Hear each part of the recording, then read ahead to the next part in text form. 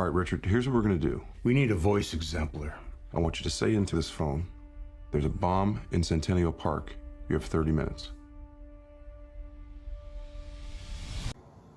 Hello everyone, welcome to Everyone's Critic. This is Spencer Fawcett, and today I'm going to be talking about Richard Jewell. True story of Richard Jewell, a security guard who discovers a bomb in Centennial Park in 1996 and saves lives of a lot of people, and is hailed a hero for a brief period, and then he becomes a suspect, and his life is basically ruined by the media and the government.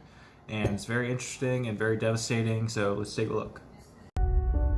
Richard, you're a national hero now. Thank you, sir. But I was just doing my job. You always look at the guy who found the bomb, just like you always look at the guy who found the body. Jewell fits the profile of the lone bomber. A frustrated white man who is a police wannabe who seeks to become a hero. We're running it. You're a suspect. You don't talk. I talk. Say it. I don't talk. This might be the only way to clear your name. I want you to say there's a bomb in Centennial Park. You have 30 minutes.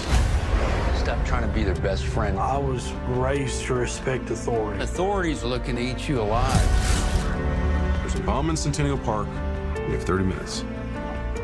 I'm sorry, what? His accusers are two of the most powerful forces in the world. The United States government and the media. I do want to help y'all. I'm law enforcement, too. There is a bomb in Centennial Park. You have 30 minutes. Did he do it? Richard Jewell is an innocent man. He's a hero. There is a bomb in Centennial Park. You have 30 minutes. One more time, just a little louder. I report the facts. You've ruined this man's life. There is a bomb in Centennial Park. You have 30 minutes. Do a couple in a row. My son saved people's lives. There is a bomb in Centennial Park. You have 30 minutes. You set that bomb. There is a bomb in Centennial Park. You have 30 minutes. I don't know how to protect you. I think your client is guilty as hell. They want to fry you. You ready to start fighting back? This movie is very good. It's very interesting. It has a lot going for it. Clint Eastwood directed this. It's one of his better directed movies in recent times. I remember liking The Mule. Before that, I don't think I liked much of his movies. I wasn't crazy about American Sniper. But this movie is pretty good. It's a very interesting story. It really makes you... I mean, if you know the story going in, then you know what happens, but if you're going in completely oblivious, it does make you wonder if Richard Jewell actually set that bomb, because he is kind of sketchy. They didn't make him completely angelic like a lot of stories like this do. They do kind of show his flaws, and they show a lot of his better qualities. That being said, this movie has a lot of problems as well. The biggest one is Olivia Wilde. She is terrible in this movie. Like she plays a reporter who is dying for a story, and the story is Richard Jewell as the bomber. She wants to make him seem like he's the bomber, and she's based on a real person. The person passed away, so they kind of cheaped out on making her this terrible person. She might have been like that for all I know. Not to this extent, because I can tell you no one is as bad as this woman. It's just very cartoony. It's over the top. And then, worst of all, towards the end, there's a scene where Richard Jewell's mother, played by Kathy Bates, is like appealing to the president to clear Richard's name, and she's crying. Olivia Wilde's crying, and I thought that was disgusting. I thought that whole character was done terribly, and it drags the movie down a lot for me. I was seeing this in the movie theater with a buddy of mine, and I was just like, I was muttering all kinds of things under my breath whenever she came on screen. Like, it's a terrible character, a terrible performance. It's not one of those cases where Olivia Wilde was doing all she could with the material. No, she is terrible.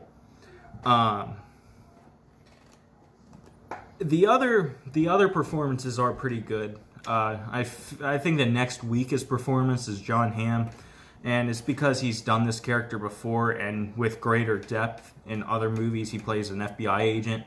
Yeah, he's okay in this movie. He's kind of just being John Hamm, and that's okay. And then the other performances are really good. You have Kathy Bates as Richard Jewell's mother. She's very, very good. She's very what's the word? Realistic. She's realistic in this.